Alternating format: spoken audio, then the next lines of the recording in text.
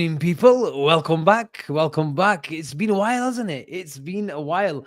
We have these sort of really good, um, really good periods, don't we, lads? And then we go off the boil. But Liverpool haven't gone off the boil. That is the main thing. They've dropped a few points, but there's reasons for that. But welcome back.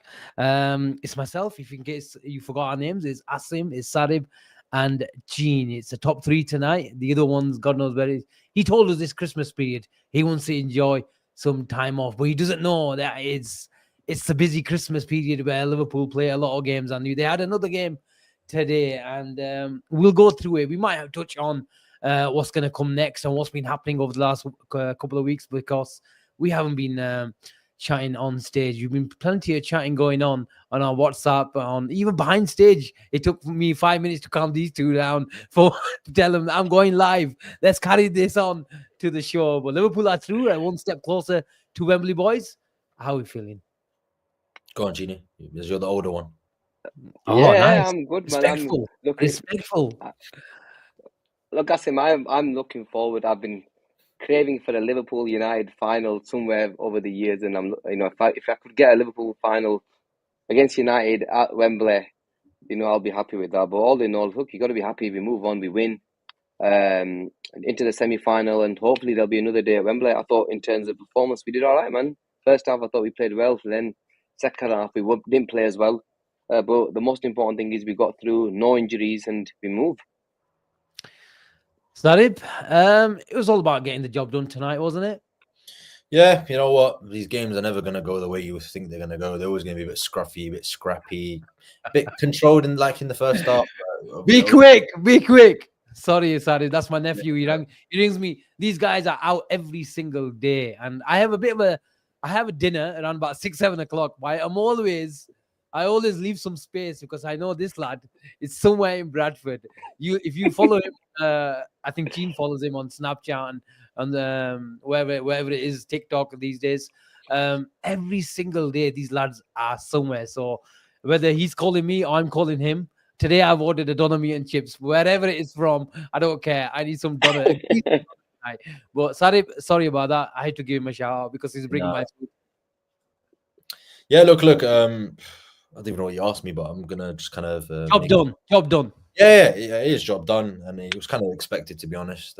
We never make it easy, but Liverpool, that kind of club, you think, you look at the first half, you think it's gonna be a coast, and then arguably we could have thrown it away in the last 10. So it's just Liverpool Football Club in a nutshell. Yep, different kind of side, but it's been like this for a long time, hasn't it? We never make it easy, but more often than not, Liverpool get the job done, and that's what it is. Atiki saying no wonder he's lethargic at work the next day. Well, he's just jealous. He's not getting a strand. Abid's in the house as well. I think get a shout out to our very own Abid. He did the FA Youth Cup today. He refed that game. I didn't see who it was. I think it was United versus who was it? Gene?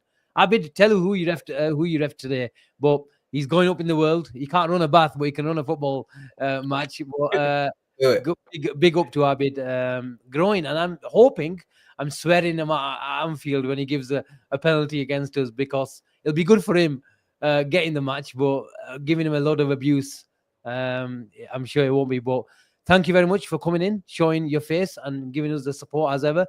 What I was going to say to you, bring the lineup up, Sarib, because Liverpool Twitter was very busy throughout the day. Plenty of predictions tonight. Were you happy with the team? I thought it looked good on paper. It looked good for the majority of the game. But any surprises for you? And just to let people know, Archer doesn't play for them. Play for us. Sorry. Try and zoom it in a bit more if you guys want. I'm only joking. Right. I can't even do it. Look, it doesn't. I can't do anymore. No, there we go. I can do that. Yeah, there you go. There we are. I thought we liked our shape today, but it wasn't that good because we had an extra man, Sarib. But yeah, tell me about it. Endo playing the inverting centre back role. Look, I'll be honest. When you look at these League Cup ties, sometimes it's very easy to call because Slot's first 11 is it's quite regular. You see Gravenberch in the 6 with Maka, either Jones or Szoboszlai in the 10, and you got Mo on the right, and then he switches Gakpo or Diaz. It's kind of self-explanatory, especially the last couple of weeks since we have Jota out, we've had Chiesa out, we've had half our squad. Trent's been injured, and Robbo and Tsimikas and all sorts of players. So I think today was a bit difficult to call because we had a lot of players fit and available, but a lot of players that also needed minutes, like sort of Morton, Quansah, Gomez, I think needs some minutes as well, especially with Costas coming back as well. Well, Gomez has had quite a few minutes since Konate's injury. But the likes of Trey, Ione, McAllister, those had 2 weeks off suspension and the game being called off. Harvey Elliott, who's just come back from injury. A lot of these players, Trent as well, he's lacking a bit of match sharpness. We saw that against Fulham, a bit lethargic. A lot of these Were you players. surprised to see him in the lineup though? Yeah, of course I was, because Trent is normally someone you associate with playing Liverpool's first team matches, Champions League, Premier League per se, if it's a semi-final of an FA Cup, etc. But again, we don't really have much choice there, Asim. You're not going to put Nallo in there. Nallo's not played even a cameo for Liverpool, but I think that was the call from a lot of fans were saying Nallo was going to play there, or Gomez at right back, and Tsimikas has obviously posted a story on his Instagram, and me alongside a lot of Reds were very, very excited and thought Costas might come in, but I think it was hard to call this lineup. It was very, very hard to call this lineup. Maybe not the centre backs, because I don't think we have much choice there. Endo playing there, and he played it really well. At times, was field inverting centre back, like you call it. Some might call it libero.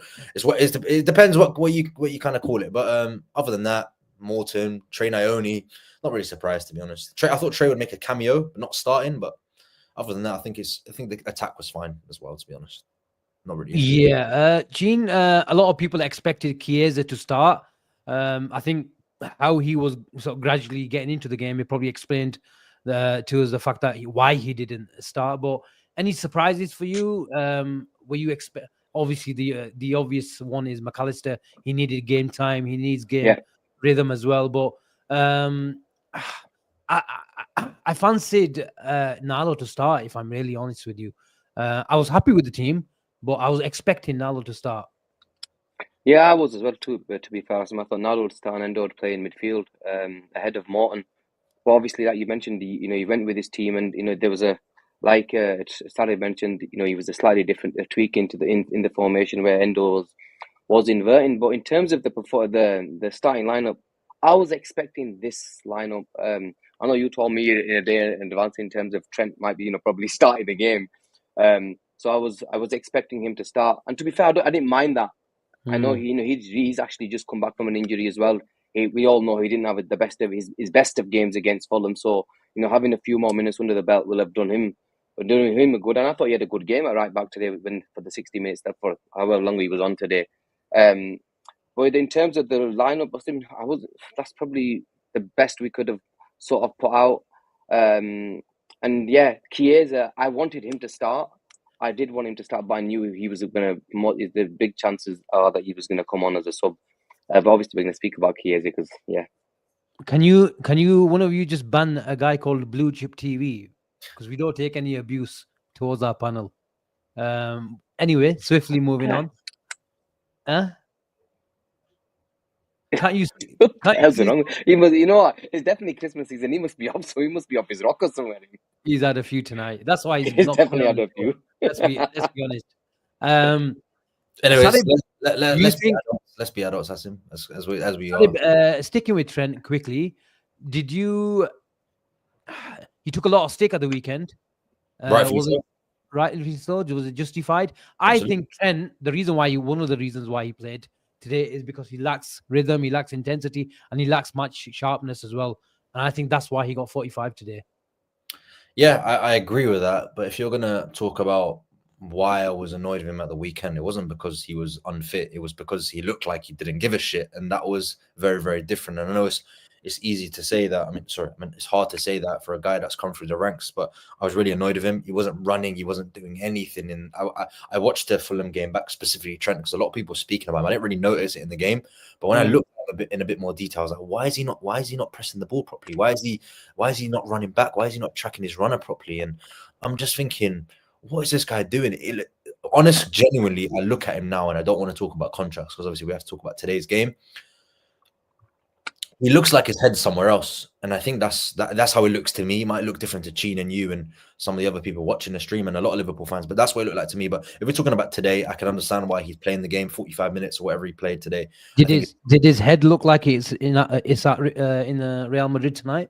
I don't want to say it did, because I think it's very hard to judge when you're playing a League Cup tie. I think it's easier to see when you're playing, week in, week out on a high intensity level in the Premier League, because those are the games where those are your bread and butter. The League Cup's not going to showcase how good Liverpool are going to be in the season. It's the League and the Champions League that are going to showcase, because we won the League Cup last season and we finished third, and Arsenal finished second and won nothing. So I think you have to assess a team based on their league position, how well they do in the Champions League.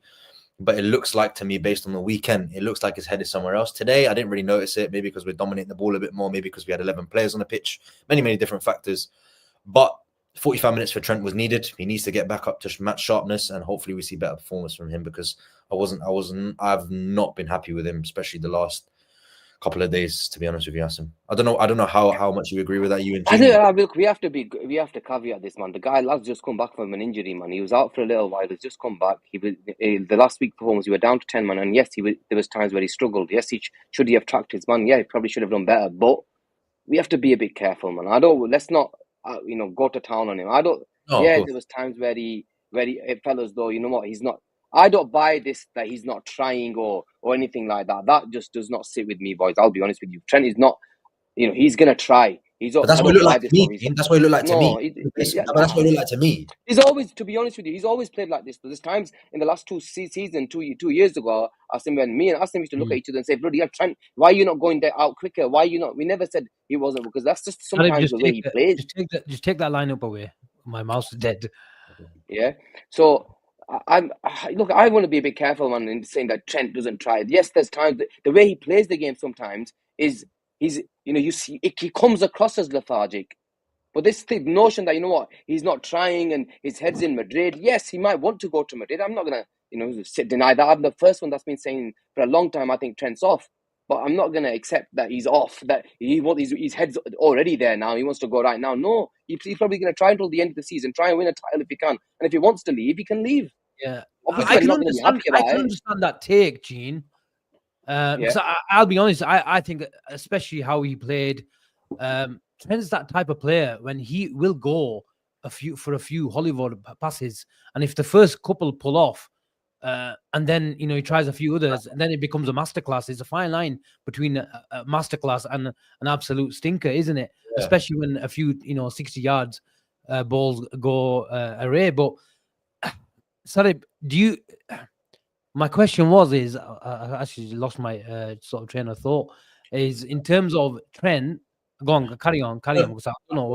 I was going to say to Cheen, look, Cheen, I get what I'm going to get your opinion on this. I think it's very, very important that you highlight what you think as well. I didn't say Trent doesn't try, but on the game on the weekend, that's what it looked like to me. That it was evident to me that it was one game. You can't say his head's already in Madrid. By one game, bro. Of course, when he's not. This is what I was going to say. If we were languishing around, before you go, Asim, can I just say something? It's Gene. Then you can understand it. We're top of the league. I get that. Number one, one more thing before you go, Sarib. I just want to get this out.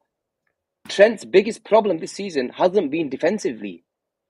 Trent's biggest problem, if you ask me, has been on the ball, especially at the start of the season, where I saw he was doing too many Hollywood balls. We were losing possession too many times. Defensively, I think he's been okay, bar the last game where he's got caught a few times, and that's just come back from injury.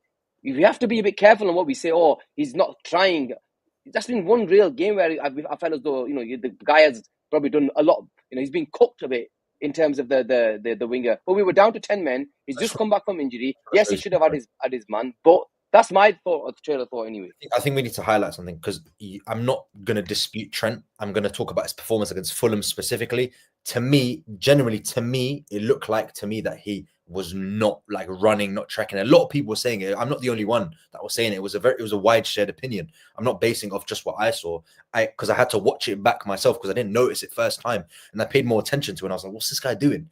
And then you say to me, "Trent's been better defensively this season." Yes, absolutely. But there's still things in his game that I'm like, okay. And look, there's a stat I saw today, I'm going to put it up for you guys now. And I don't know how much you want me to like rectify this, but look, Trent Alexander-Arnold has been dribbled past more times than any defender in the Premier League this season. It's 22 times, Gene. Like I can I get that fact. I'm not slandering Trent Alexander in any way, shape, or form. But I think it's important there's a lot of context to this missing, though. Of course, there's context to everything. But also, if you're going to say that he's been defensively very, very good, which he has because been, if you actually dig deeper in terms of how many times he has, in terms of comparing to his stats and percentages compared to last season, Trent has improved. I think Athletic, I think it was James Pearce who did a massive article on him. All the stats and metrics are up on defensively when it comes to Trent this year. And that's why we have to look at it, the whole situation at hand. He has been better than last season. That's been clear. You can see that from the naked eye. But there's still facets of his game like this where I'm like, okay, he needs to improve on this and this, and slowly and surely it will come. I'm not having a go at Trent about his defensive work because but you just judged him by saying that his head's in Madrid, going by one by just saying I'm just going to go by Fulham game. No, change that from what I saw. That's what it looked like to me based on that game specifically. I'm not saying that's where it's at right now, but from what you can't base one game and say somebody's head's a different place. Fans are going to do that. There has to be a lot more, bro, than one game. I think on Saturday on one game, man. He didn't have a good game, but the guys who I think the guys who say his head is gone, he's in Madrid. Jude Bellingham has been in bed with him in his ear, stuff like that. I think it is a lazy take. You have to provide context. And the reason why I said he played 45 minutes today is because he lacks that sharpness. And you also have to cater to the fact that we went down to 10 men. And teams target our right-hand side, a bit more left-hand side since the drop-off in Robbo. But a lot of teams, especially at Anfield, come and target our right-hand side. Why? Because they're not going to get the same shift, especially how we like to keep Salah high because we want to win the ball and give it to him so he can score the goals or provide the assist. But the way they were playing Lewis, and especially after 17 minutes, they were creating overloads on that side. And you saw it was a really obvious tactic by them was attract Trent by playing Iwobi inside. And then Trent was actually getting instructions from Slot. He wanted to get really, really aggressive, but we were down to 10 men. We were aggressive as to, comparing to how we normally are, especially when you consider we were down to 10 men from the 17th minute. But Robinson is a powerful runner. Absolutely. And we had runners. We had runners. And they got out. We really sort of suffocated their dangers by keeping the ball. I think we had around about 63% with the ball. But there were always going to be some scary moments, Sarib. And when you've got the likes of Iwobi inside and Robinson on the outside, there are going to be some moments where you think, okay, could you have tracked the runner?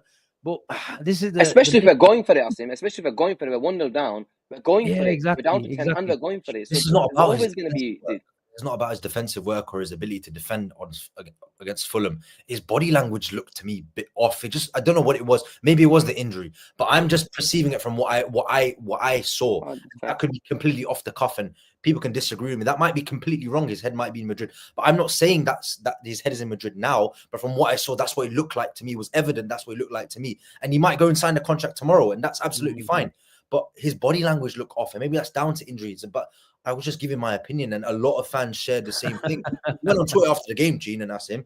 A lot of fans were saying the same thing. And look, fans were going. I'm not going to say. Of course, there were fans going for it, but you know what? You have to try to put.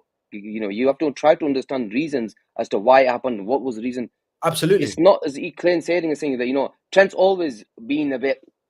Playing a bit. A bit relaxed. That type. It looks a bit lethargic at times. That's just the way he is.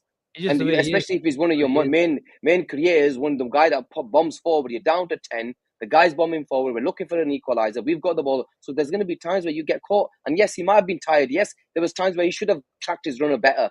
We know that. What I would say, Gene, is if his head was in Real Madrid, I think we've seen enough from Arne Slot that he don't give a shit who you are. If you're 100%. If you're not pulling your weight in training and on match day, generally speaking, you won't get into the team. Simple as. So I think it's disrespect not only to the player, but it's disrespect to the manager as well. I think the manager has shown that he's got the cojones to make the big decision on the big day. Doesn't matter who it is. So look, let's hope.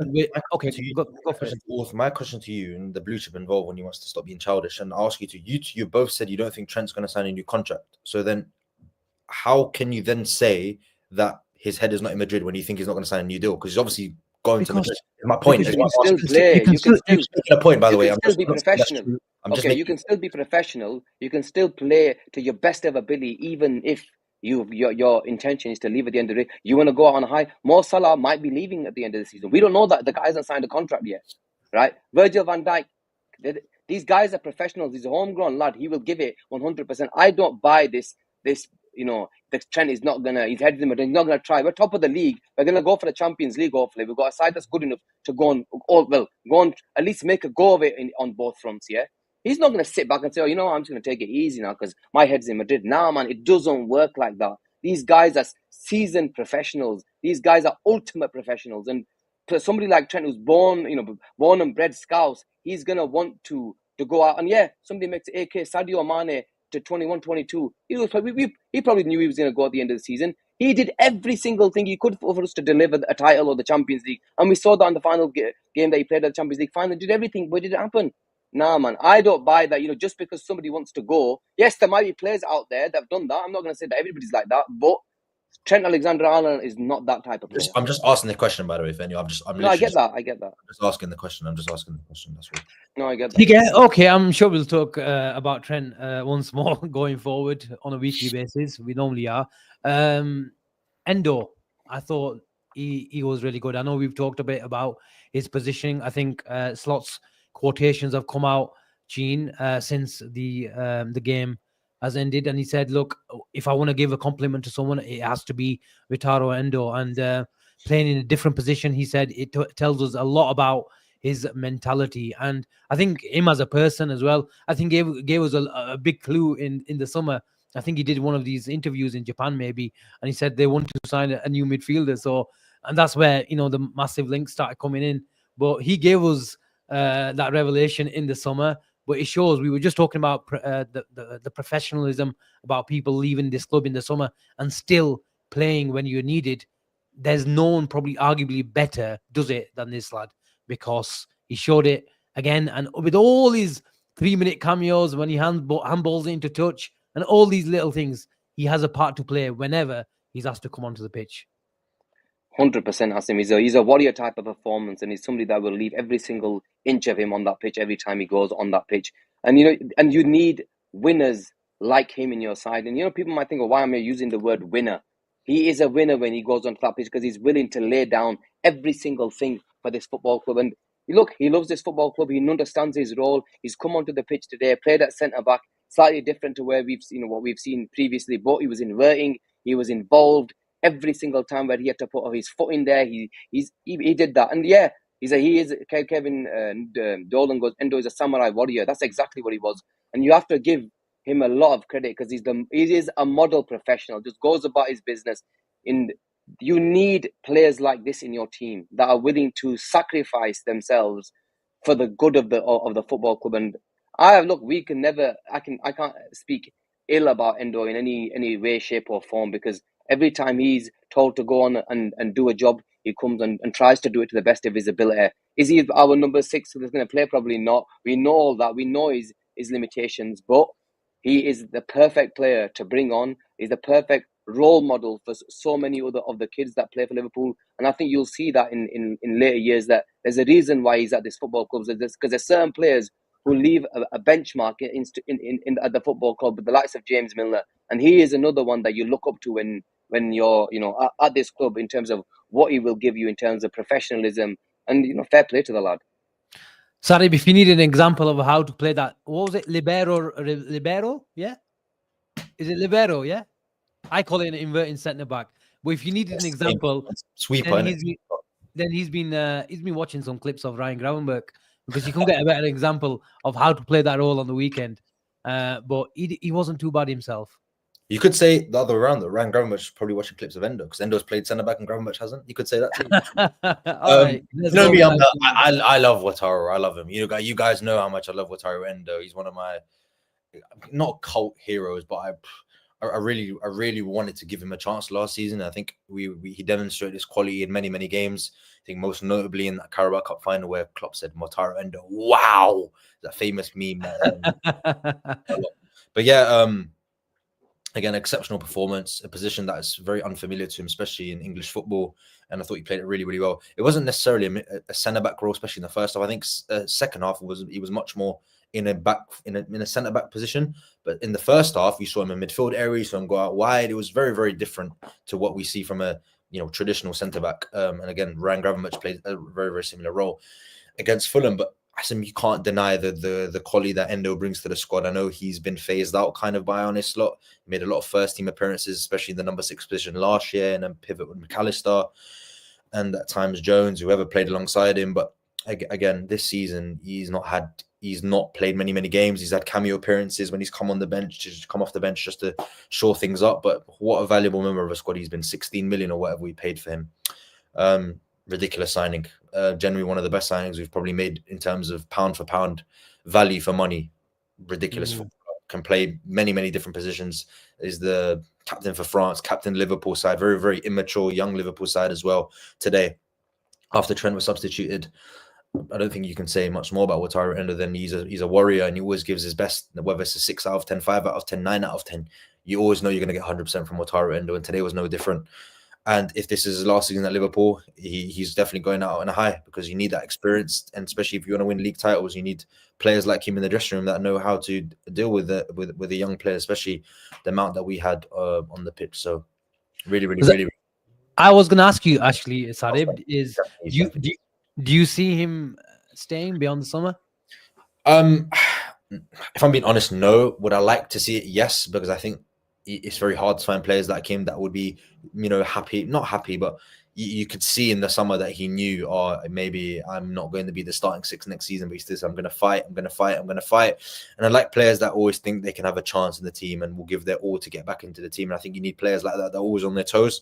And I think he's the type of player that even if he doesn't play for half the season, and when he comes into the side, he will take his chance. And I think every time he's played, he's done that.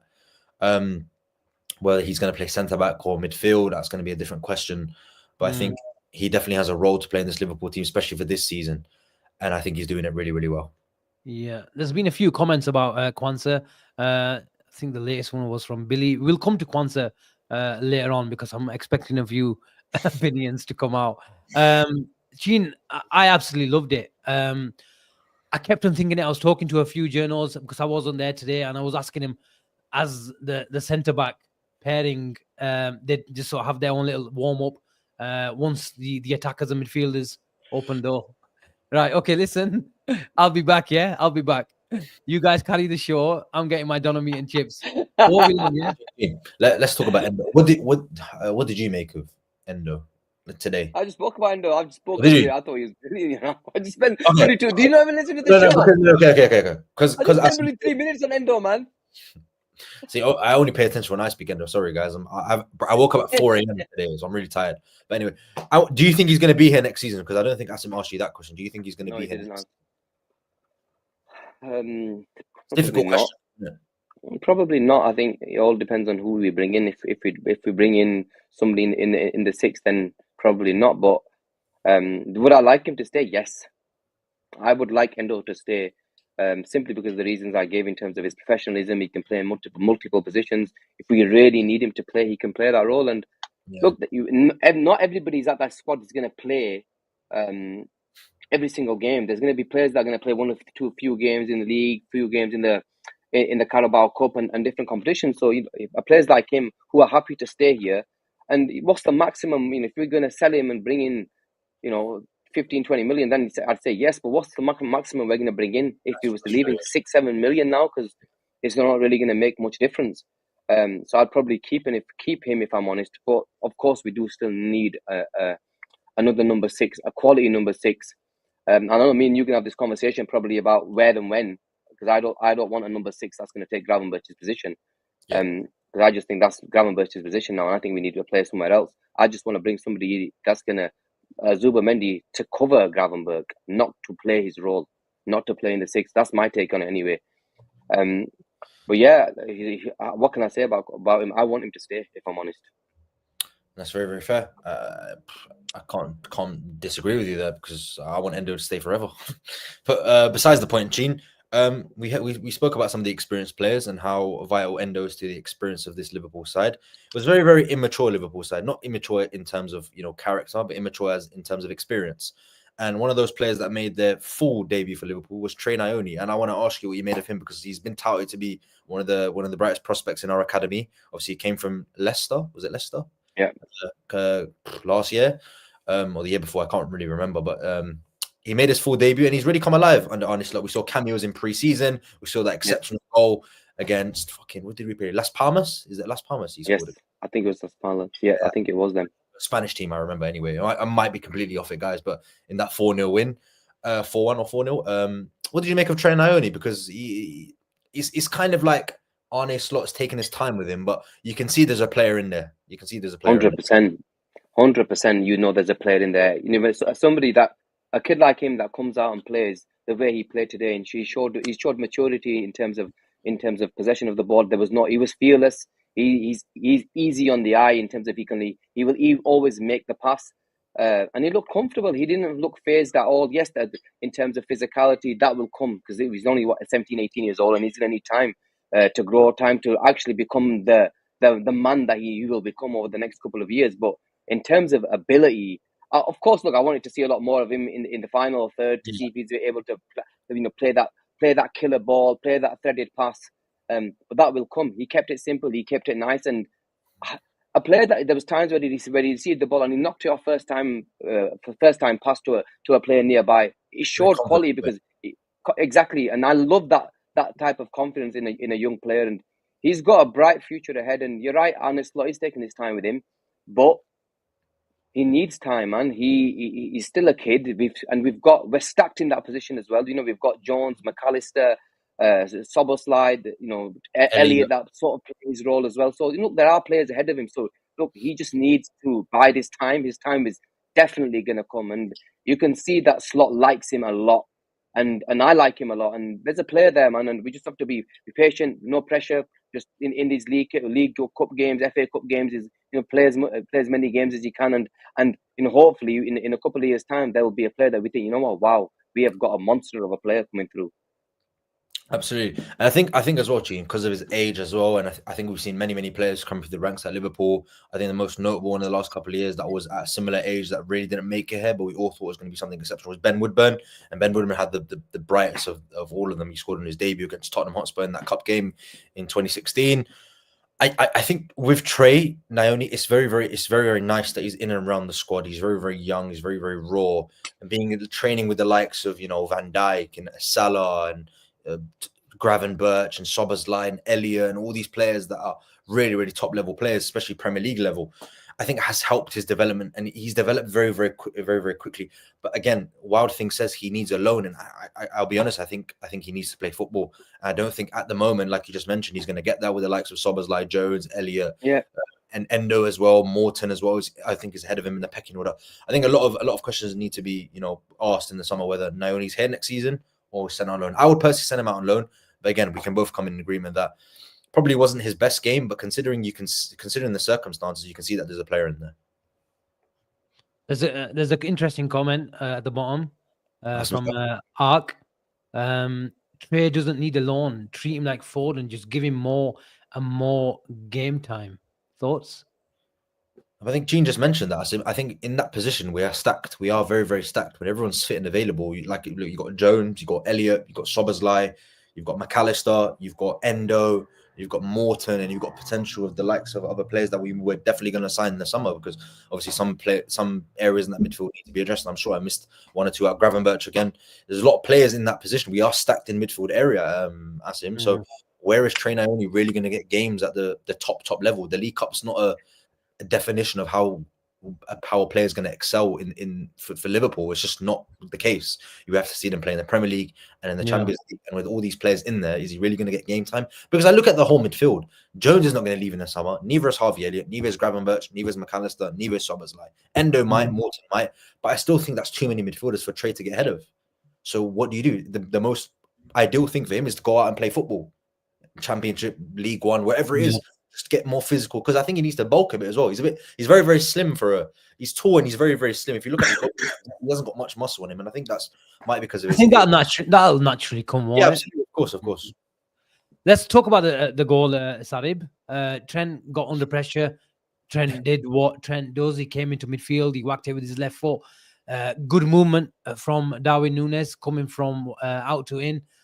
Got a bit lucky with that touch from the defender. And then Darwin Nunez straight down the goal. Sure. You know what? When he went down the goal, I thought is going to be a chip.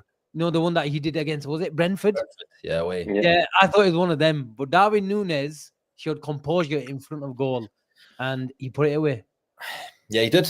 And to be honest, goal was really, really impressive. Got a bit lucky, but sometimes you make your own luck in football. And I think he's one of the players that, kind of needed that little break. 1 goal in 11 is not the most ideal situation for him. I think this was a game where you'd look at if Nunez was going to get back in form. This is one of the games he'd be looking at the calendar thinking, okay, I'm going to get a start here. It's Southampton away. They are near the bottom of the league. They've just sacked their manager. They kind of play with a high defensive line. Maybe not today because they play with the 5. But generally speaking, they're very open and expansive. So maybe Nunez is very, very good against teams that play, quite high and you can get in behind very, very easily. But again, got a bit fortunate with a little ricochet, but I thought the finish was really, really composed. Then you put a tweet out straight away and I was refreshing my Twitter. Asim's going to tweet about Nunez. Asim's going to tweet about Nunez. And lo and behold, the first tweet that came up was Asim about Darwin Nunez. And me, I had to bite. And I said, here we go again, because this guy is going to make me a Nunez believer after 3. No, I can't hear you anyway. But, I said, you have to understand, like, every time you tweet, especially during the game, it's sometimes you might not even believe it yourself, but you're just being positive. Your team has just got a goal. Of course. I think a lot of people, because they're saying if it was Cody Gakpo, you'd be throwing a party, which I would, but it's not the point. But look, let's talk about the goal specifically. I thought it was. You got an assist and he threw a party for anything else. Yeah, I had half a party. You had more than that. Yeah, the man's throwing a party and he got an assist, man. Bloody imagine he scored. GA. Carry on. Yeah, but look, I'm happy for Darwin.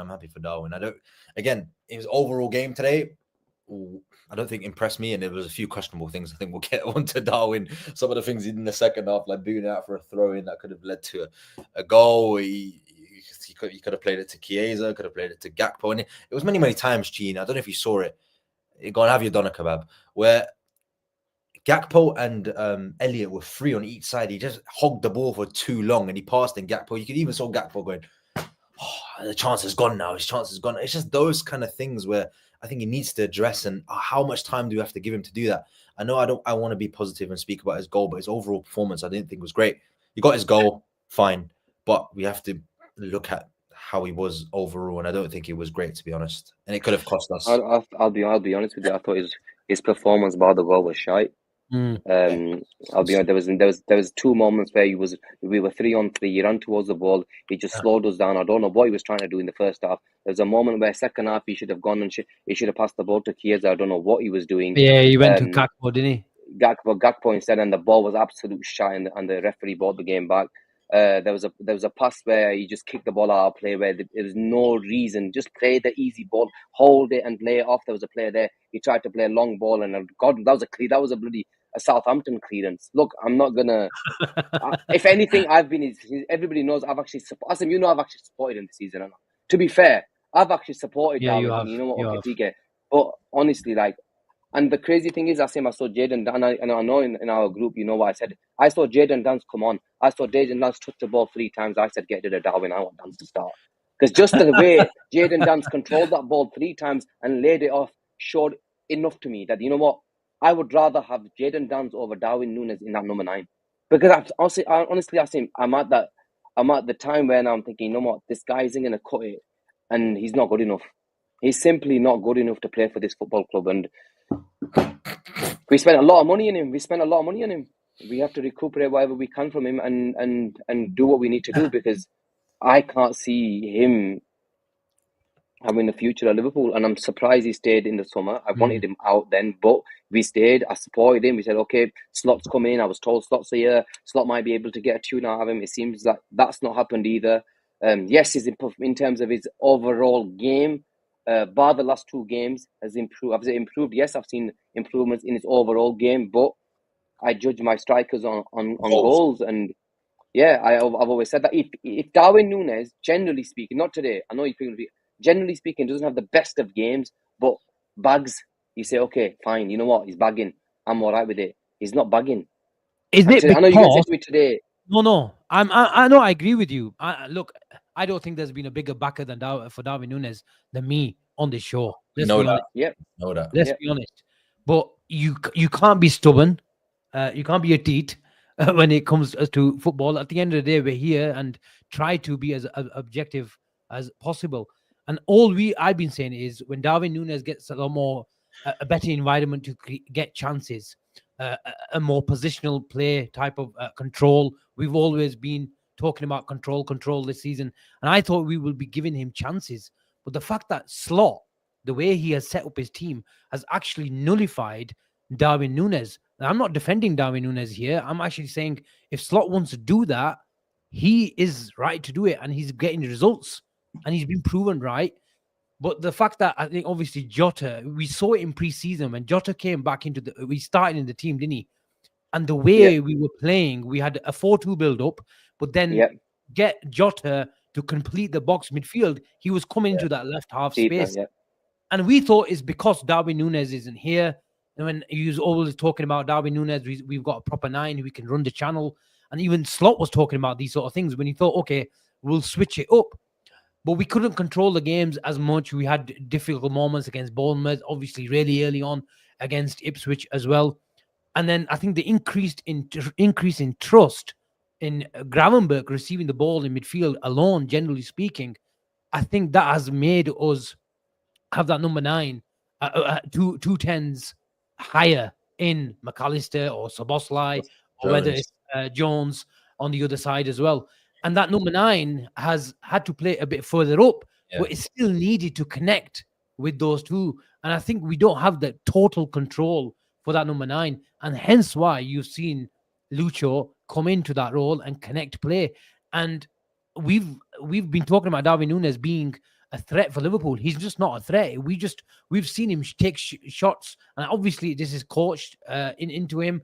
And it's an instruction on the team that they, especially when you're data driven, they want their shots at a certain point, all this XG business that we only want you to shoot, that if actually the data or we think that you've got half a decent chance of scoring. So that chaos has completely gone.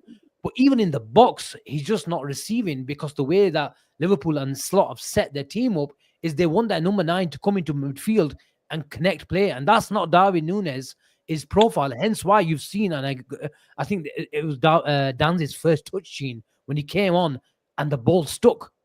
And this is what you need. And I said it a couple of weeks ago, I'm really liking Diaz up top because I think he's got the nous, the technical ability, the general footballing brain, and in tight spaces he can drop a shoulder and get out of tight spaces. He can go on the left, he can go on the right. He has got a lot of flexibility. Darwin Nunez is the kind of guy, when I see him, when he comes into those areas, everything seems premeditated. He tells himself, right, I'm going to go on the halfway line, I'm going to touch it, I'm going to ping it to the left forward, and I'm going to run into the box. Everything is premeditated, but premeditation only gets you to a certain level. When you actually just go naturally, depending on that situation, when you get the ball and receive the ball and go off from there and connect with your teammates, is what makes you a better player. And I think this is the reason why I've always said it. Jota is more of a hybrid between Darwin Nunez and Gakpo. He's got the finish. He's the best finisher. He's not.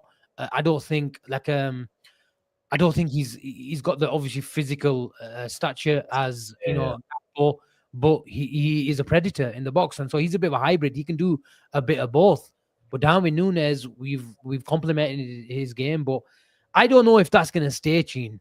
I don't know. People have been talking about that lad from Portugal, Guquerez, who's more of a Darwin Nunez type of profile. Transition-based striker, I think. Transition-based striker. And I'll hold my hands up. At the moment, Darwin Nunez does get into the team because he doesn't fit into this team. Simple as. I've always, last couple of weeks, I've held my hand up and said, look, you know what? He's just not good enough for the system. Simple. And if that makes me wrong, who cares? At the end of the day, it's the betterment of Liverpool, and Arne Slot has got it right at the moment. And even there's about a couple of months ago when he was talking about Chiesa, he was talking about if Chiesa was fit, I would have had him. Now that he's fit, I think Chiesa even might get these little connecting roles off the bench. 100% of him he is. I'm telling you now, Chiesa will get that. Look, now obviously you've bought up Chiesa I think it's good that, I think it might be a good chance to speak about how we thought he played in his cameo. Look, everybody knows I'm a huge Chiesa fan. I have been for years. Before, obviously, when he was at Italy, and obviously he had that injury, he's come back. I was over the moon when we signed him, and I know people were like, "Oh, he's had this injury, and it's taken him a better time." Yes, if we break down his performance today, Asim, I thought Chiesa had a really good, how many minutes he played. Yes, at the start of the first 15-20 minutes, it took him time. He wasn't, it took him a bit of time. To be honest with you, I don't think he touched the ball for the first 15 minutes. I think he touched the ball twice, and I was thinking, flipping, pass him the flipping ball, man. And then he got his chance straight away, and he missed it. And I was like, for flip's sake, I wanted Chiesa to put that ball in the back there just for his own self-confidence. And then he had like a few minutes where it felt as though in terms of the physicality of the Premier League, whatever, he's not going to have it. But he's just come back from a massive injury. Last time he got fit, he got injured again. He was just controlling his physicality in a sense where he doesn't want to get injured again. And then we began to see the last 20 minutes his actual quality where you gotta hide that Donner, man. Yeah. Then we actually saw his quality where he played a really, really good pass. He was really unlucky to come inside. Sorry? I'm joking, man. Yeah. He had that unbelievable opportunity when he came inside. He hit left foot, unbelievable block. We have an actual footballer who's going to be good enough to play across the line. At the start of the season, when Gakpo and Diaz, let's face it, boys, with both of them were not in form at the start of the season. We were all calling for they're going to be good enough. I was the first one saying that these two are going to be good enough. I thought Chiesa might be better going on the left hand side, playing on our left hand side, cutting inside and having a dig because he's got a brilliant shot on him. We just need him to get fit. He needs minutes, he needs matches, he needs time. There is a player there. He's undoubtedly got quality. And I'm telling you, in and around the box, when he's in that situation, he can finish. He will get a chance and his chances will come. I genuinely believe that we've got a footballer there that hopefully, if we can get a tune out of him, and I think looking at the way we play, Slot's done a really, really good job with Gakpo. He's done a really, really good job with Diaz. Yeah, you don't do that. I'm being honest. I'll say exactly how he's done. Yes, he might not have done an amazing job with Darwin, but these are the type of players that fit this system, and I think Chiesa fits Slot's system, and that's one of the reasons why we bought him. Sarib, I thought his cameo was a cameo of two halves, just like Gene said. Yeah, I had a few things. I'll start with Chiesa and I'll get to Nunez because I had a few things about Nunez. But yeah, on Chiesa, Gene. And Asim, Chiesa came on, and like you said, for the first 15 minutes, I thought, please just don't go near any player. I just don't want you to get in. Just if you get the ball, just pass it to Elliott or give it to Trey Naoli. Just keep it calm. Just give it back to the fullback. Just relax. You don't need to take anybody on. And there was a little moment where he got clattered by, I don't know who it was. I think the Southampton left back. I forgot his name. Yeah. And I was like, no, please, no! For the love of God, you've just come back, and I had instant flashbacks about Thiago Alcantara. I was like, he's just come back, substitute appearance, and he's got injured. He got up, and to be honest, Gene, he could have had a hat trick in that 20-minute cameo. It's actually insane. He had two cleared off the line, and one he put over the bar. But to me, Gene, he was. I thought he'd go more touchline because obviously when you're on the left, you can cut in on your right, your stronger foot. But he was cutting in from the right onto his left, and it was fucking in the bottom corner. And I was like, that's. He's got both feet, man. He can strike a ball with both. Yeah, I've never seen anything like it, to be honest. But I'll be honest, he doesn't look. I think he'd look a lot more comfortable on the other side than he would be on the right side. I think that's normal for any right-footed winger, that they'd look more comfortable cutting inside from the left and running down the line on the right, because that's what you probably associate with a right winger. I saw Sterling play today and he looked shambolic. Obviously, he's played that role a lot more. But with Chiesa, I think he will play understudy to Salah a lot more on the right side. But I believe he would look a lot more effective and score a lot more goals if he was playing off the left. Much more dangerous. You can cut in, go 1v1 against the centre-back and go on the outside and go on the inside. And you're just more comfortable and you're stronger for, aren't you? I think. Yeah. I think that goes for anyone. Gakpo's a lot more. We've seen Szoboszlai come into that. It's just angle bias, isn't it? You come on inside, you're a goal threat. But I think just sort of echo both of your sentiments about Chiesa. I think he looks a proper footballer. And I think the turning point was when he plucked that ball out of the thin air. And I think after that he looked a lot better.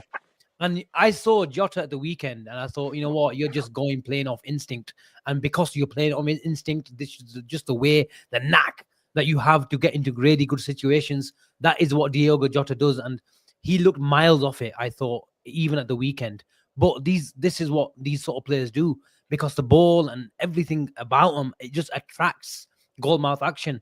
But what gives me a lot of encouragement, and same goes for Chiesa. I thought he was in gear one today in terms of his match fitness. Honestly, he was sometimes like laboring back into position, not pressing at all. We saw him play for Italy. We saw him play before his injury at Juventus. His game is all about intensity, especially on and off the ball, but quality of it as well. We talk about Darwin Nunez. We talk about Darwin Nunez today. Everything about Darwin Nunez generally is about is chaos. But with Chiesa, when he's fit and fighting, hopefully, and match fit and match sharp, he's gonna have the Darwin Nunez chaos and intensity, but unbelievable quality as well. His touch, his awareness, and he comes into pockets. He can connect with Harvey Elliott. He can go on the other side, like you mentioned, Sarib. I think there's a proper footballer who can play across the line, like Gene said. No. There's only one question mark. There's a lot of players in our squad. There's only one question mark. There's no doubting their quality. It's just they're doubting what, you know, their fitness. And if Liverpool have some sort of Chiesa from now until the end of the season, then it can only be good for the team, because we've got a lot of games. We've got 2 legs against a big team, because I think it's United or Tottenham, it's Arsenal or Newcastle, isn't it? So whoever it is, there's some big semi-finals, and everyone has a part to play, especially if we won another big day at Wembley this season. So let's see what happens. Jarell Quansah, Gene, Sarib's a couple of weeks ago. If I misquoted you, Sarib, please tell me. I think Sarib said, look, he's not. Did you say he's not good enough for Liverpool? Yeah, I just don't think he's good enough at the moment. He's not good enough. What did you make of it, man? Even in the BNR WhatsApp group, Gene, it was split halfway, I think. Some people saying he was shit. Some people saying what mistake did he do? It wasn't a foul. He could have. Some saying he got away with the penalty. I thought I've seen that penalty given. Don't you think it was a pen? I thought it was a pen, if I'm honest, Asim. He was outside the box. It can't be a penalty. Well, if it's not a penalty, definitely free kick. Sending off, yeah. Look, Jarell Quansah, Asim, we lauded him last season when he came in and the way he played. And fair play to him, I thought he was fantastic last season. Yes, he made a couple of mistakes, and we generally thought that, you know what, we've got a footballer on our hands. Obviously, this season with new, the thing is, Asim, there's a new manager that come in. He wants to play a certain way. He wants to play slightly different, and it hasn't fit in with Quansah right as of yet. Will it fit? It's going to take time, because Quansah, the way he's played this season, every time I've seen him, he makes a lot of mistakes. He's making at least 2 or 3 mistakes every single game that he's played this season, bar the first one where he made a mistake and he got hooked off at halftime. He's nowhere near the level required to play for Liverpool Football Club right now. I still believe there's a really, really good footballer in there. We definitely need to sign another centre-back ASAP. And I think a loan move for him will be the best option right now. I think if not, obviously, I don't think it's going to happen as if in this season, because we're short on centre backs. But if we bring somebody in Jan and he stays till the end of the season, I think next summer we send him out on loan for a year. Loads of clubs do that. You know, they send young centre backs out on loan if they're good enough. They're like the players. You know, you watch that Chelsea centre back that went to Brighton. Look, he was played. What was it? We were linked to him as well. That left Colwill. Yeah, he was fantastic at Brighton. Come back, He's made that position his. This is what Quansah needs now. We need to definitely sign a player, but he definitely needs a loan, because he needs to be playing every single week. You need sharpness, and he lacks it right now. He hasn't played, and when he's brought in, he's not with it fully. But there is a footballer still in there. He's still a very, very young lad. He's still got a very, very high ceiling. We can't forget that this player has a really, really high ceiling. And he just needs to be able to take his game to the next level, but he needs a loan, and he needs a loan ASAP. Sarib says, Atik says he's going through a bad patch. He'll eventually come good. Do you agree? I hope so. Anyway, I hope so. I hope there's just a rough patch there every young player goes through. But I don't think he's good enough. Some of the fans I've spoken to have said to me, "Oh, how you criticizing Jarell Quansah? the arguments that have been put towards me is something like this. Just listen to this. Listen to how dumb this sounds. Oh, where was Virgil van Dijk at 21? Where was Virgil van Dijk at 22? And I just look at that. I just look at them and think, are you? Is that really your basis for this argument? But You know what? forget that. When you talk about your dumb friends, Asim, and you put a London accent on rather than a northern accent. I wasn't trying to do that. I wasn't doing it to you two. I was just sorry. But look, yeah. no, but can you wait? Can I ask for your take first on him? Yeah. Go on. He No, goes, I'm he's asking for your your take. on. Oh, you want my opinion on Jarell Quansah? Yeah. Look, coming into The way you're talking about it, you want him out of the club.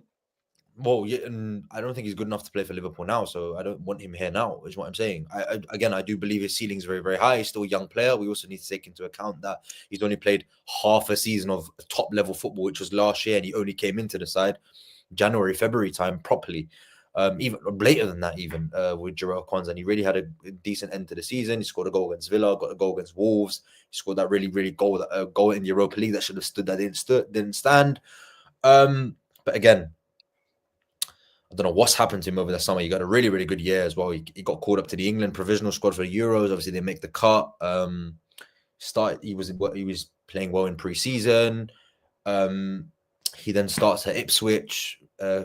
Arne Slot says he's not winning enough.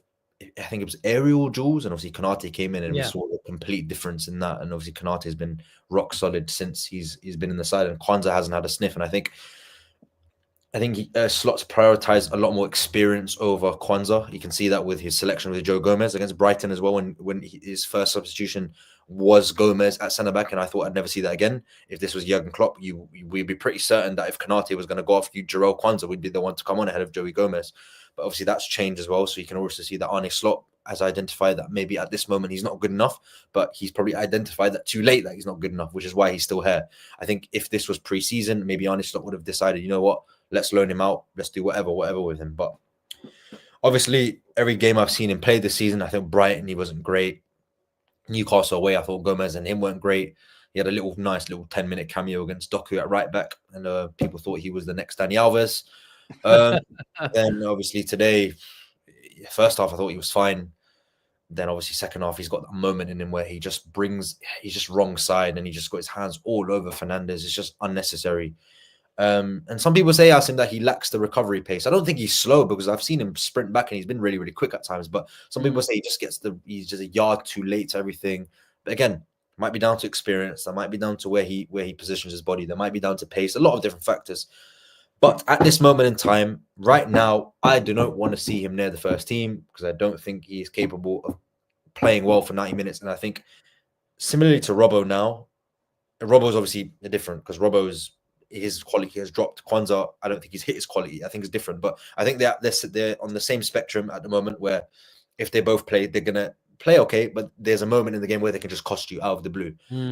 I think that's been evident with Quansah's performances this season. I think that's very, very fair. We saw that at times last season as well, with that little pass he did at Old Trafford. Didn't phase him, but he's got that in his game. But that's maybe because he's a young player. Who knows?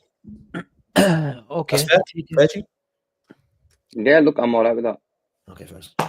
Sweet. Yeah, I expected something else. I expected to take a back seat for about 5-10 minutes. I agree with him, man. I'm not gonna just have a go of him. I know, even though he wants me to go at him, but if I agree with him, I agree with him.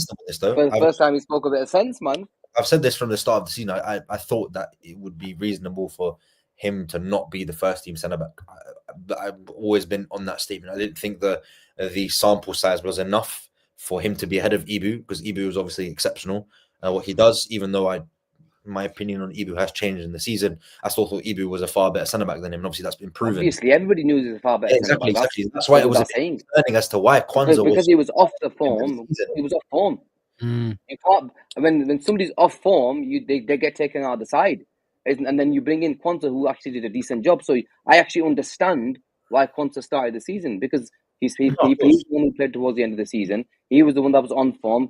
Konate wasn't, and that's the right way to do it. If somebody's off form, you take him out of the team. The question I'm going to ask you, Quansah started the season. Now you can say in an ideal situation that, okay, he had a poor 45 minutes against Ipswich, which is why he was taken off, and which is why he's not back in the side. But say, for example, for argument's sake, he had an exceptional game at Ipswich, would he still be in the team now? Is what I'm saying to you. Was it that Yeah. 45-minute cameo at Ipswich? It was look. I'm done with him. Do you think that's unfair though? I don't think it's unfair. And look, Konate. Look, you have to understand one thing. Konate, deep down, we all know, like, he's a world-class talent. Yeah, of course. So that was always there. That Konate is a world-class talent. We just need him to play to that sort of level. Guys, wait, I think my little ones woke up. Go on, Asim, take you guys take over. Okay. So you're speaking about Look, Konate. I think that was the first time that we saw Konate lose confidence. I saw Konate's worst performance live, like Calvert-Lewin against Everton, against Liverpool away at Goodison last season. Honestly, Konate couldn't get anywhere near him. He made him look like Ronaldo / Ibrahimovic. That's how bad Konate was. Great, man. And every duel he lost in the air or even on the ground. And obviously it was a fitness issue, it was a confidence issue. And you guys are right. And this is the reason why any starting place in the team should be given on merit. Sorry, form or merit. But this is how people get into the team, that they sniff an opportunity, and when they do get it, whether it's a 45 minutes away to Ipswich, even especially when the caliber of Konate, he knew this is my chance to get back into the team. And he showed his class that day. And Delap, he might not have the quality of big teams, but he's a big lad in terms of his physicality.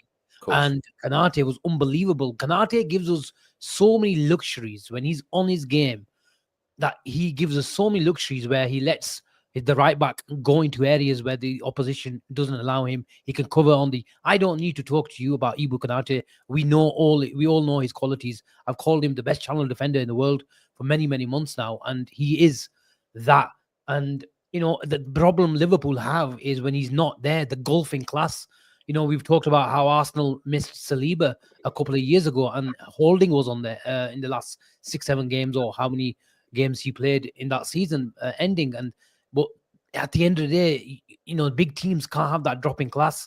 And we have to caveat everything. There's that maybe Quansah is not showing his true level or true form that he showed previously, because I think he is suffering mentally and suffering, in terms of confidence as well. And it's impacting him in duels. You can see that even when teams are coming on, running at us, where you want him to come across, but he's not going across. And by the time he does, it's too late, or he doesn't even come across. I think that is a mental issue. I think that's a confidence issue. When the all-round game is top-notch, everything else gets smoothened out as well. I think it's important you mention that. I think it's very important that you mention. I think it's very important that you mention the mental side of his stuff, because obviously, I don't know if you lot have seen, I don't want to mention it, but he's obviously had some off-the-field issues that he's been involved in. Yeah, maybe. That obviously as a young player that has an impact. And obviously, look, I'm 23 years old, and Quansah's 2 years younger than me. And I get rattled by comments, so I can't imagine to think what it'd be like for a professional footballer. No, I'm being honest. No, genuinely, I'm being honest. I'm joking with you, man. I'm messing with you, man. For a professional footballer to be able to deal with something like that on a constant basis, it gets tricky when people are trolling you constantly. So I understand that, and that's why I think we should. But you get trolled for the right reasons. No, I get that. For the right reasons. But the only Quansah, when it comes to Quansah, Sarib, on the Liverpool channel, and then the Liverpool fans go mental on you. I don't blame them.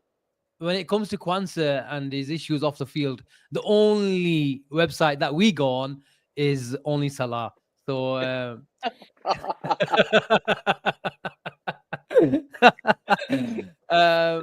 anyway, but look, this is. I think Liverpool should buy a centre back in January. 100%. We have to buy a centre back, otherwise we're going to be sold short. Look, we're already sold short. Let's face it. Yeah, we have to. If we really look, my thing about this, and I didn't want to bring. Honestly, I genuinely believe we are probably one of the best sides in Europe right now. No, we are the best. We go, so you go and sign a left back and a centre back. Yeah, midfield. If we sign a left back and a centre back, I'm okay with the midfielder. Wait till the summer. I'm all right with it. I can survive without a midfielder 100%. Right now. The left back will give us more stability in midfield as well. Told you this last show. You said we can get away with it until the end of the season with Robbo and Tsimikas. And I said to you, I would sign a left back tomorrow because I know Robbo is going to cost us somewhere. I would stop the midfield. I would throw it in the bin. We need a left back. I don't care who it is. Put me there. Put Asim there. Me and Asim are the same height even. Put you there. Just any of us. Not Andy Robertson. And I love him. I love Andy Robert, but please, I'm being honest. He's been a great I servant. think Andy Robertson still has a role in the summer. 100%, man. Andy role, because you know what? We watched these clips. We were talking about Endo. I don't want Andy Robertson to be starting. Let me make that clear. You can do the you said, you know, the jokes and that, where he's good at interviews. With you need Trent. players like that, man. Sarib, what you have to understand is these sort of people need to have that role off the pitch. You were just talking about how to educate different players, Nayoni coming through, Quansah coming through, Rio coming through. We need examples. We need professionalism. And Robbo is the ultimate professional. We've had the likes of Endo and Milner leave this club, and it's a big miss. You have to have those guys in and around the club. Obviously, they have a role to play on the pitch as well, but I don't want everyone to leave at the same time. I think Tsimikas might leave in the summer, so we bring in a first choice left back and Robertson as cover. I think Robertson, when he's shown that he's fresh and he's not playing 2-3 games a week, then he still has a role. I think it was Aston Villa, I think at Anfield, where he was touch tight. And the thing is, when he does it 2-3 times a week, I think his intensity levels are not even reduced in terms of his responsibility as a nation when it comes to Scotland, captain as well. So he's picking up injuries, he's picking up knocks there. And when he comes back, he's knackered. He's also been a lot of talk about he hasn't had a pre-season. How many professionals and managers and coaches talk about when the player doesn't have pre-season, it really affects them throughout the season as well. So all these factors, you know, you're not going to get the Andy Robertson. I don't think you'll ever see Andy Robertson that we saw, 4 or 5 years ago. That's just not going to happen. But what we have to do is we need to be ruthless, because there aren't many opportunities that may come over the next 2-3 years where City are having a disastrous season. Exactly. Arsenal. Yes. So we need to make sure we win the league right now, because we can't lose. If we do lose out now, it'll be a bottle job. Let's be honest. And I think it's very important that you mentioned that it's time to be ruthless. And I think it's no better time to do that when you've got a new manager in charge, especially because he was signed by Jurgen Klopp. He was Jurgen Klopp's player, Jurgen Klopp's left back, servant to Jurgen Klopp. Arne Slot's coming, like I said to you in the summer. It's a fresh start for all these players. There's no loyalty. These are not his players. He can fairly assist the whole squad.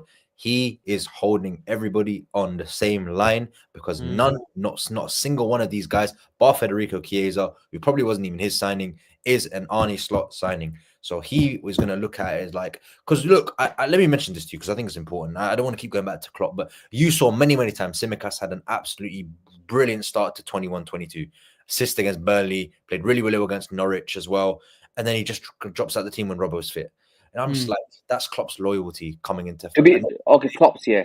There's no under. We don't have the under Slot because we haven't got any Slot players. Slot's not signed anybody, so he doesn't have loyalty to any players. Maybe Gravenberch because he's Dutch and this, but the truth is, these are not a single player in this squad is an Arne Slot signing, and that is. But that doesn't mean that he doesn't absolutely adore some of the footballers that he's got. Bloody hell, he's got arguably some of the best footballers in world football playing for this football club, man.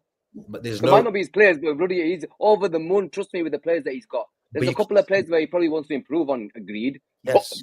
Let's not make it out like they're not. He's flipping over the moon with these players. Had like an emotional attachment to the likes of Milner, Henderson, Robertson. Yeah, I get you. Slot doesn't have that. That's fair. Slot's more like handshake. If you're not doing a job, I get you. And we've said it. He's rotated Tsimikas and Robbo. And Robbo even mentioned in the interview that I'm playing a bit less than I would be doing last season. And that's because Slot's identified that he can't play 2 games a week because he's simply not good enough, and he's going to. I think he lost his place to Tsimikas before the Tsimikas got injured. I'll be honest. He actually lost his place. Yeah. He played against Tsimikas was going to be our. Yeah, Tsimikas had that position was his until obviously he got injured and then Roberto start again. Look, and I think Tsimikas will get that position again. Give him 3 or 4 more games. If Tsimikas starts a couple of games and plays well, that position will be his again until the end of the season. On a weekend for me. Sorry, Tsimikas starts on a weekend. Who's I think it depends. I think it might be a fit issue. Spurs away. I think if he's match fit, he'll play. Yeah, I think so. I think Robbo's not suspended either. But I think Robbo's suspended. Yeah, he only got one game. Yeah. He only got one game. I'd start. It's been an hour into the show, well over an hour, Chin, and we haven't even touched on the man of the match, Harvey Elliott. Yeah, he had a good game. Asim. I thought he was nice and tidy. What you expect from Harvey Elliott when he plays. He took his goal really well on the right foot. Good ball by Gakpo. I better get that in there before Sarib's going to tell me that, you know what, you didn't mention Gakpo's assist. See, I do mention him. And he took his goal well. A couple of times where I thought he should have, towards the end, he should have left it, let Jota have a go because he was on the right foot. But I agree with Ark and Drunk Virgo. I think in terms of man of the match, I thought Endo was my man of the match over Harvey Elliott, even though Harvey Elliott scored. But Elliott, look, Atik mentioned it's good to have him back. 100%. It's really, I'm chuffed to have him back because there's going to be times where we need Harvey Elliott. Even more so when there's a load of games coming up. We're gonna have obviously now with the 2 League Cup games, semi-finals, the Champions League is gonna start. We're gonna need all our squad to pull their finger out, and when given the opportunity to take their chances, and he took his chance today. He got his opportunity. He played well. He got his goal. We can't really complain about Harvey Elliott, and I'm happy, man. I'm happy because he did have a chance this season to prove himself, and then he got injured. We really need to see what he's like. Like the engine was Sobo like tonight. I don't think his engine was Sobo like tonight, Dean. He had a decent engine, but nobody's Sobo, mate. Sobo is a different level when it concerns that engine, mate. He is a different level. Dean has asked me, Asim, have you looked into Hato yet? We'll come to Hato. Actually, we'll come to him later. There's been a few comments about Hato and our links to him. Harvey Elliott, Sarib, good to have him back. We were talking about those sort of players that really add to the camaraderie between and the chemistry between players. He's that. But he's just a really good footballer, isn't he? Slot mentioned at the after the game, said, look, we've adjusted his position after around about 15, 20 minutes, and he's just a better midfielder than a winger, but he showed his class tonight. Showed his class tonight, indeed. And I just have to get something in there. It is a dig, because I think we are digging holes here on BNR, and we do it regularly, all 3 of us. Some people said that he will not make it because he's a bit too short. He won't make it at this club because he's a bit too tiny and he's not physical enough and he's not nimble enough. But you look at performances like this, you look at performances like Fulham, because against Fulham, that cameo, very, very impressed. Should have had a goal as well. You saw that, like, kind of not Spurs-like, but he cut inside and nearly put into the top. Again, very, very impressed. Everything good through Liverpool went for him today. Much better on the inside than the outside. Obviously, he doesn't have the pace of a raw winger, but he has the technical ability of a really, really good attacking midfield player. And I think that's where he's going to be utilised under Arne Slot. And I think it's good to have another option there too, because he can play in the right half space. He can play as a number 10. He can play wide if we need to. We saw it many, many times last season under Jurgen Klopp. He does have the ability to play deep in deeper areas as well, because he's got a good range of passing. What does he not have? And he's left-footed, and that adds to the luxury of the player, because in the world now, you look at him, left-footed players that are of high quality are hard to come by, and there's a tax on those kind of players. You look at Yamal, Saka, Salah, especially in attacking areas, you don't find many top level left-footed players. Obviously, Lionel Messi is the pinnacle, but again, he's in his D days as well. But on Harvey Elliott, just to point out to Elliott, I think he gives us a lot more control than maybe a Dominic Szoboszlai. He's less frantic. Yeah, he's maybe that's because he's been playing in this Liverpool team a lot longer than Szoboszlai. He's been at the club a lot longer. He knows what it means to play for this club. Not that Szoboszlai doesn't, but it just means a bit. It just means a bit more when you're a fan of this club growing up. The goal was very, very well taken, and long may it continue. He's had a long injury. And I just hope his injury problems are behind him, because I know he's had a tough time with injuries in the past. Obviously, that leg break against Leeds a couple of years ago, and he's had that little problem where he's put him out for large amounts of the season. And I just hope he gets a nice little cameo. So it's nice to have another option there, because we always rotated with Sobo and Jones, but now we can rotate between Sobo, Jones, and Harvey Elliott. So it's nice. It's nice to see. What do you think of him, Asim? Look, I think sometimes Harvey Elliott's type of performances get unnoticed because of the type of profile they are. But I think the more we talk about the likes of Odegaard, I think Muju just mentioned a player, Juan Mata, obviously left-footed, quite small, low center of gravity type of players. I think these players, you need them.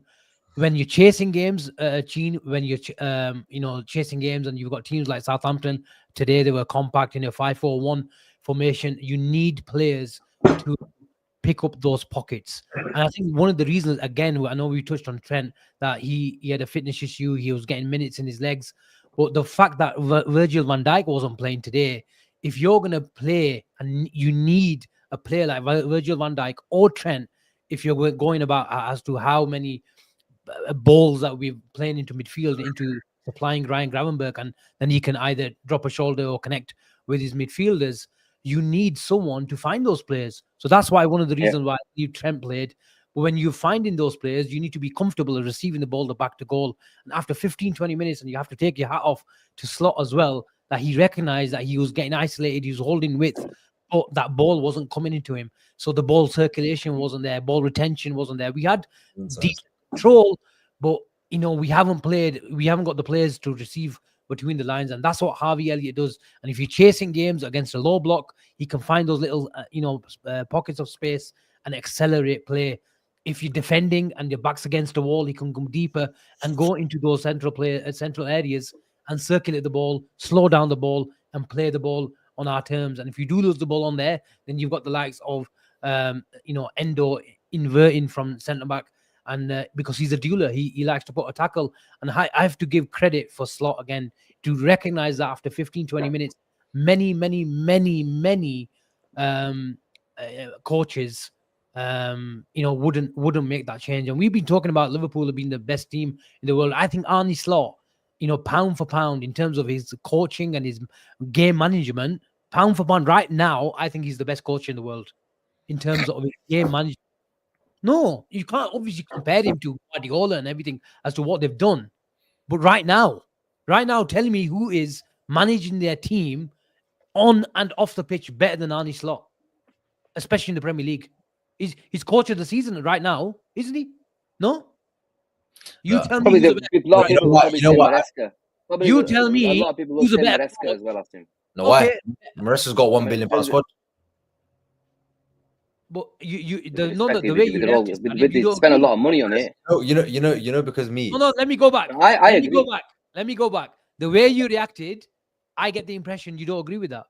No, I wouldn't say something like that. That's why I'd let it go on for a bit longer before I'm always like I've been like that always. They said to me, you got no room to talk and saying stuff. Why? You've said a lot of shit on camera, yeah. So let's just chill out. Yeah, but me, let me. I give it time. No. The problem with you is you say something. 1 week later, you change it. You have to caveat everything. Okay. This guy changes opinion every week. That's the problem with him. He's all like, he can't say it, but when he does, he changes every week. You're angry at me for saying so. I don't think I'm not angry with you, man. I'm just saying to you, the thing is, I won't say that. You say a lot of stuff, but we'd say, all right, take it, we go with it. Sarib, 15, 16, we've played 20 odd games. I'm not saying he's going to be the best manager in the world, even in 2 years' time or 3 years' time. Obviously, time will tell. But there's nothing wrong with making a comment after 20 odd games that we played, saying right now the way he's managing his team on and off the pitch and his game management, as to if he plays Lucho, if the game's a bit chaotic and we need a transition threat, he brings Darwin Nunez on. The way he was managing Trent and Bradley early on. But look, carry on. And today, after 15 minutes, he realized that he needed Harvey Elliott in central areas, and he put Naoni on the right hand side. I don't. What has this got to do with? I love that comment, man. I don't get it. I literally don't get it. I tried to keep it. Sorry, man. That is brilliant. You know what? As well, I mentioned left-footed players about 5 minutes ago. Sorry, but turn your camera. There might be a mural. It wasn't me. It wasn't even me. It was Asim. It wasn't even me. Was this? Sarib, can you turn your camera, please? We might have a mural of the set piece coach. I didn't even mention Arsenal. I've not mentioned Arsenal once on this show. I've not mentioned you just said there's a reason why you can't mention them. Because we shut them up. Very good. No. My football club shut them up. Because we're top of the league and top of the Champions League. So you can't mention them. We've shut you up so badly about Arsenal that you can't even mention them anymore. Exactly. Every single thing you were doing before was you were comparing Liverpool to Arsenal. Yeah. Arsenal this and Arsenal that. Yeah, and Arsenal are top of the league. And Arteta's going to win the league. and Arteta's going to do this. And Right. And you tell me, you tell me what was wrong with that. Were they better than us last season? Yes or no? Simple question. Huh? Yes. Were Arsenal better than Liverpool last season? They Well, were. Sarib, I can play your game as well. I can play your game as well and play devil's advocate and say, okay, look, why are you talking about them about being the best team in the world? Because they haven't won a trophy yet. No, but it was over a 2-year period, though. They were competing at top level. Well, I never said they were the best team They've in the got their world. manager talking Never about said they Charity were. Shields. No, I never said they were the best team in the world. They've got a manager that is claiming Charity Shields. You said you're fair. When did I say Arsenal's the best team in the world? I didn't say that. You said that the best team in England. Well, yeah, from what I saw, I thought they were going to be the best team in England because I had them to win the title and they didn't do that. And obviously I was wrong. And I held my hands up for that. You had them to win the title last season.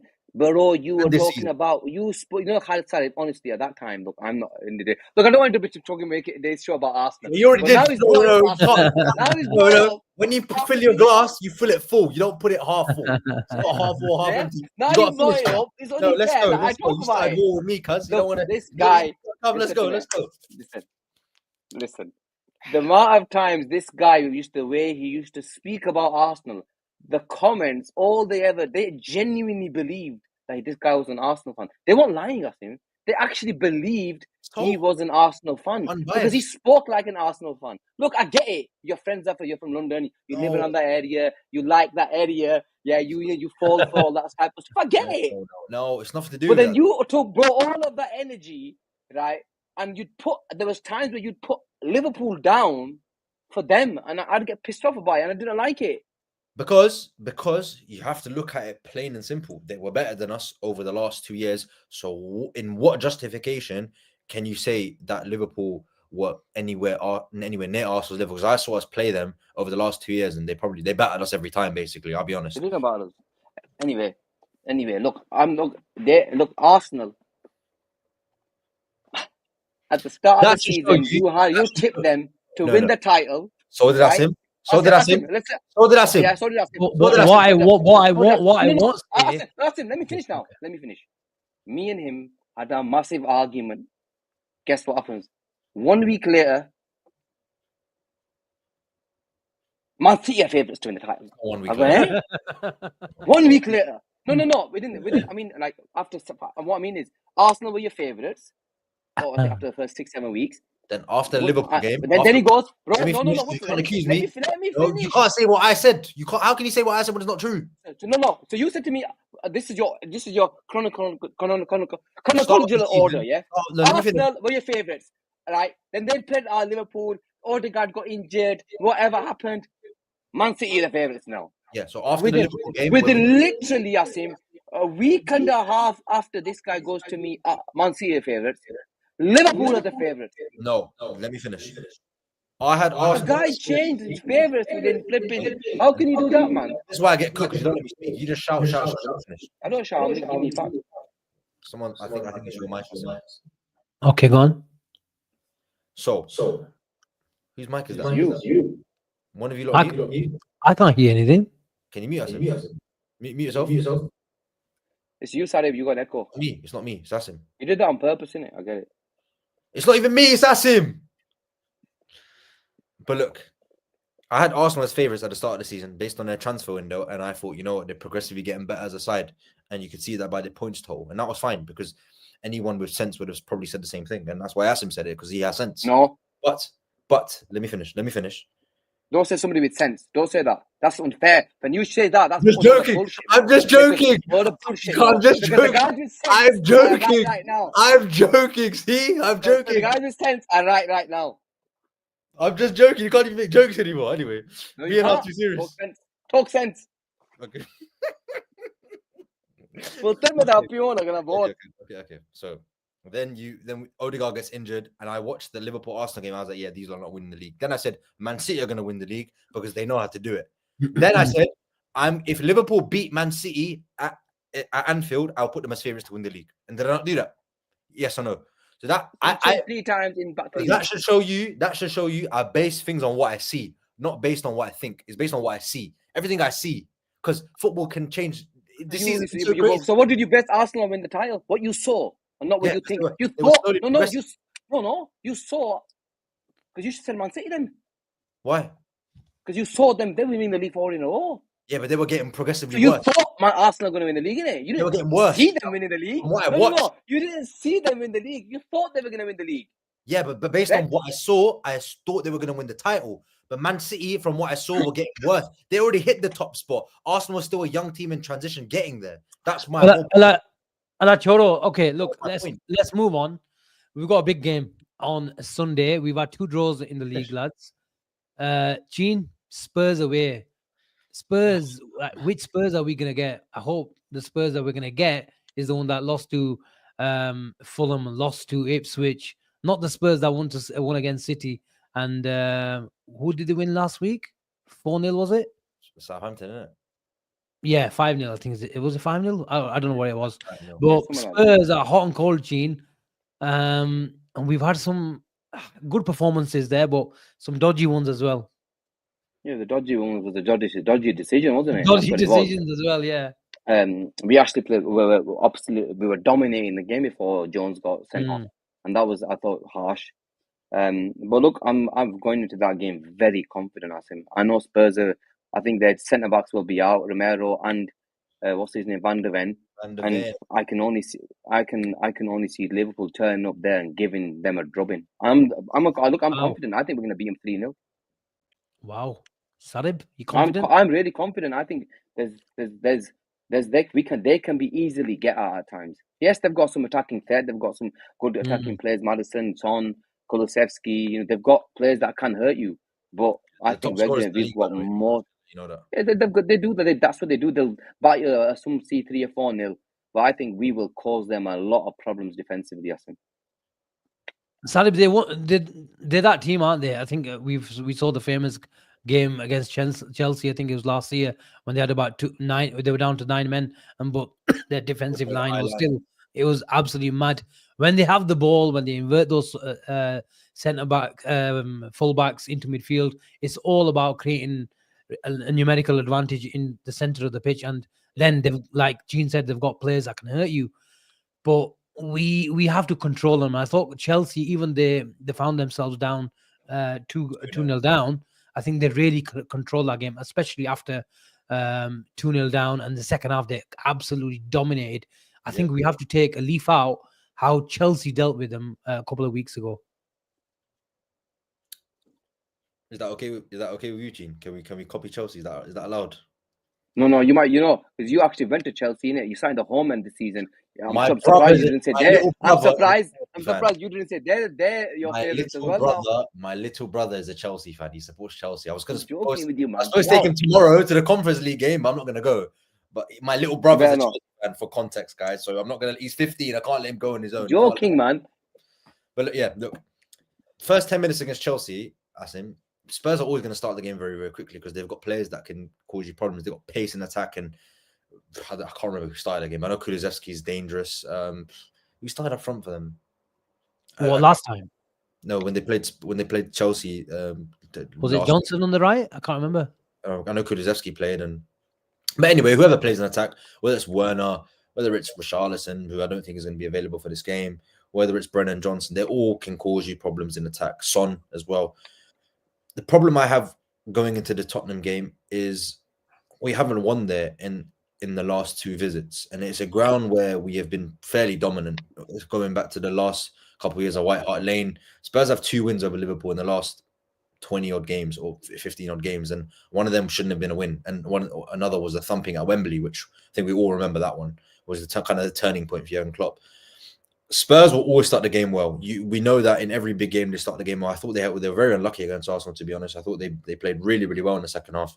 Against Chelsea, they had a really, really good start, but again, they had injuries to their defenders, and that's what ultimately cost them. I think if Romero and Van der Ven were available for that match, I think they probably could have got something out of the game. Whether that's a draw or a loss, I don't know. But I think they maybe could have got something out of the game, maybe a win as well, but they start very, very well, and I think we need to be cautious about that. But then in hindsight, Spurs lose the odd game to Ipswich, and they're very, very weird team. Some weeks they look like Real Madrid that have won the treble, then they look like Bournemouth that have just been relegated. So it's very hard to know what kind of Spurs you're going to get. But if Liverpool are in their A game, we should put them away. And we have had some really, really good results against Spurs in the last couple of years. Obviously winning the Champions League against them as well. But you look at last season's game at Anfield, for example. We absolutely battered them, went 4-0 up, and then we had the Yeah. that 15-minute period where Spurs can just cause you problems. They're that kind of team. They have spells in matches where they can score quite a few goals, and especially going to their ground, we need to just be a bit cautious. I don't think it's going to be 3-0 because I think Andrew will drop his line and be a bit more cautious because. You think so? Yeah, because I think you kind of have to, Asim. I think it'll be very naive for him to do that against the league leaders with playing Ben Davies. If Ange's anything, he's naive, I think. Yeah, but I think in this sense, I think he's going to have to learn because he's going to get absolutely battered. I think Spurs are kind of in a Champions League race, and I think if they want to secure Champions League football, these are the games they're going to look at home where they can get points from. I think Liverpool at this moment do have some vulnerabilities. Gomez, Quansah, and that side specifically, we have a few injuries as well. If Robertson plays, that's another side they can target, and Brennan Johnson against Robertson is not something I'm looking forward to. We've got 24 hours more recovery time than them. That's also true. I was going to get to that. It's very, very true as well. Spurs have a big game tomorrow against Manchester United. If they lose that game, confidence could be low. So kind of, if you ask me today, I'd say Liverpool are going to win. If you ask me tomorrow, my answer might be different. But we are the favourites. Why will it be different tomorrow? They play United. If they beat United, their confidence might be a bit higher. If they lose against United, I think it's a guaranteed win. I think that's because that Spurs are that kind of team, Gene. They play on emotion and instinct. They're not a team where you can just because they beat United doesn't mean that they're going to go and beat us. Look, they lose 2-1 at home to Ipswich, then they go beat City 4-0 at the Etihad. That's what I'm talking. That's what I mean. So then, why, if they win tomorrow, what's that got to do with our performance? Then nothing. Because they're that kind of team. You just contradicted yourself just right now. No, because they'll be way more up for the game. Like if they lose tomorrow, they're going to be like, oh, they're that kind of team. They're a very emotional team, very, very emotional side, very, very emotional team. That's how it looks to me anyway with Spurs. Hello, let's see what happens. But we should beat Spurs. What do you think, Asim? What's your take on the game? I think we concede, but I think we win 3-1. Yeah, that looks likely. I'll be honest. That's what I probably would go for as well. To be honest, Gene, clean sheet. We have to win. We have to win on Sunday because I think Chelsea go top if they win. Yes, it's psychological. A week ago we were talking about 8-9 points. It's mad, isn't it? It's mad, absolute mad, absolute mad. But anyway, thank you very much. Wait, before you go, last question. Who do you take? There's a few questions about contracts as well. We maybe cover contracts. We've been doing plenty of contract talk over the last couple of weeks, but we'll do it again over the next couple of shows. Anyway, lads, thanks for the comment, Luke. Anyway, lads, who do you like to take in the semis? Who do we think is going to be? Is going to win? Obviously, Sarib wants to go for Arsenal in that game. Let's say Tottenham win tomorrow. Let's say Tottenham win tomorrow. No. I want United to win. I want United in the final, man. I would never say United in the final. United in the final. In my life, I would never ever say I want United to win a game. Actually, that's a lie. I've done that on the other day. I wouldn't mind Arsenal playing a North London derby over 2 legs. Yeah, that would be good for them to have a North London derby over 2 legs. And I want to Liverpool, Newcastle. I know. We all Newcastle won after last time. Jacob flying. No. Yeah, Jacob flying. I'll take Newcastle. Bring it on. Second leg Anfield, man. Second leg Anfield. Bring it on. I do not want to go. Give us Newcastle second leg Anfield, mate. That'd be a proper time, man. It'd be good, man. You want ties like this? Ideally, if you're looking at it between Arsenal, Newcastle, and Spurs, you want Spurs. I'll be honest. You don't want Spurs. Their atmosphere is not great. No, it's pretty good, but it's not really a cozy, cagey atmosphere with pitch close to the fans. It's not that kind of stadium. It's more like you look at it's a very pretty stadium. It's not intimidating at all. The new Tottenham Hotspur stadium. I don't know how many times you lot have been. Newcastle is a bit intimidating. You lot obviously been a couple of weeks ago as well. I need to get another cardio session in and walk up those steps. you got the Emirates, which is it's never an easy ground to go, especially for Liverpool in the last couple of years. I know we won there last season, but we weren't particularly great. Spurs. I would say I want Spurs, to be honest. I would like Spurs. Take it. I want Newcastle. I want Newcastle. No, Spurs. Okay, I think that's the wrap, guys. Who do you want? I said Newcastle. Ooh. No, Gene. I said Newcastle. Oh, you said Newcastle. Okay. Okay, that's the wrap. Thank you very much. I think we even haven't asked anyone to like the show and subscribe if you haven't. So please, especially when we come on stream after a week and a half, we just need to kick in those algorithms again. So please grab your mouse or just hover over that like button on your phones and smash a like and comment. Even if you're watching the show later on, let us know. We always give you some controversial point to comment on. So I wake up in the morning and there's a chap, a shout out a chap, what's he called? David Williams. There's always a massive comment. So a shout out to the comment, the chat on live as well, and a massive shout out to the people that watch the show later on and leave us some nice comments and add to all the conversation. Ali's asking me about the contract situation. Ali, I will bite my tongue and will promise you to talk about the contracts situation over the next couple of days. Thank you very much for watching. And this was a match reaction. There was another question just before we leave. Mo is asking. No, wait. Let me get this right. Mo is asking, when is our next show? Take care and have a good night. Bye-bye.